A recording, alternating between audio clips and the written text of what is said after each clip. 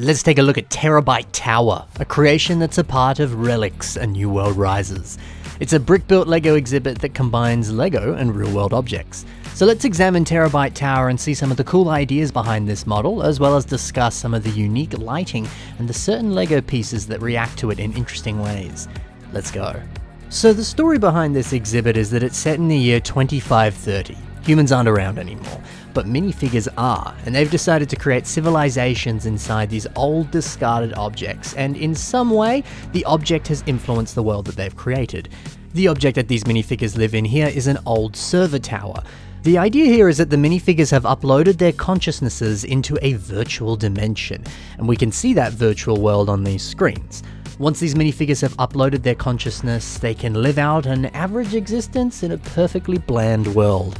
This virtual world is dull and a little bit lifeless, but that's the way they like it. So the larger server tower acts as a kind of mainframe support. It's all the tech that powers this virtual world. And we can see some minifigures with some green visors. They're the workers that maintain the facility as best that they can. All their work helps the virtual world to keep running. For example, we can see some pretty unique lighting going on here.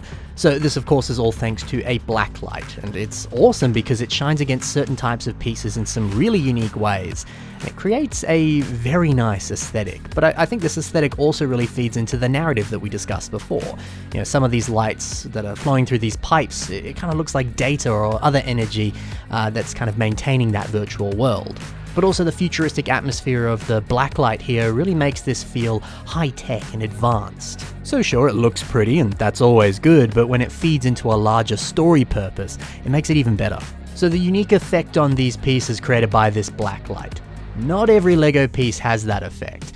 Let's touch upon the different colors that are used here, that when you do shine a blacklight on it, it pops in some really just gorgeous ways. So, some of these pieces include the following. Trans neon orange is the first color. We can see this in some of the structures on the sides of the server tower here. Trans neon green is also used, and we can see this on these bubble windows here and in a few other places. We also have a newer LEGO color, which is neon yellow. Now, this color is used as a nice accent color on various parts of this creation. Additionally, we've got trans medium blue. We can see that localized mainly on this middle area here. Another somewhat newer color that is being used is coral. This brighter color is on the back here, once again as an accent color on some of these structures. We've also got trans bright green, and that can be seen on the workers' helmets. And the last color is glow in the dark, which appears on these bugs. I mean, it's a computer. It makes sense that they would have a few bugs, but maybe in a literal sense. Still, these bugs are indeed a cheeky Bionicle reference. They're of course the small Viscerag pieces that come in this old Bionicle system playset. They're very fun pieces that do glow in the dark in some fashion. So all these different colors work under UV light, and the glowing effect it creates just feels so cyberpunk, so data-filled, high-tech and futuristic. It fits right at home on the concept for this model, but it could work wonders in your own creations as well, especially for a cyberpunk style build. So if you've got any of these pieces lying around, invest in a blacklight and see what kind of cool creative things you can come up with if you use them. But other than the blacklight, we can see a few other lights running through this build. They're specifically in these tubes in the center here. So using lighting or other elements like these pipes that aren't actually specifically LEGO pieces can be a great way to enhance your LEGO creations and make them a lot more unique. I mean, even the screens off on the side here, they're such a fun idea. Introducing mixed media stuff like this can take your creations into very different but exciting directions and can allow for all sorts of creative possibilities.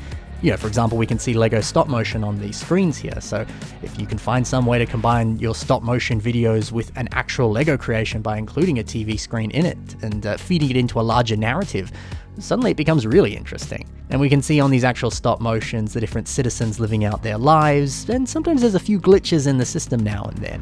Depending on how long you look at it, if you watch it enough, you might spot something funny or something interesting going on. So if that's something you want to explore, including non-LEGO mixed media elements like TV screens or other technology, it could be really fun, and you can certainly do a lot with it. You know, for example, I've seen people use iPads or phones as like a larger computer screen in a Batcave mock, or like a movie screen in a drive-in cinema or something, and you know, the minifigures watch it, that sort of stuff. There's a lot of fun opportunities there. So that's Terabyte Tower, one of the many creations you can see at Relics: A New World Rises. This is available for you to see right now at the South Australian Museum in Adelaide. It's on until the 23rd of July 2023. And Relics will also be showing in Melbourne from September 1st, so get ready for that. I'll include a link in the description if you want to buy tickets and see this in person, because it's a very different experience to see it in person, and I certainly recommend checking it out. So hopefully you enjoyed taking a deep dive into all the details of this LEGO MOC. Happy building, and bye for now.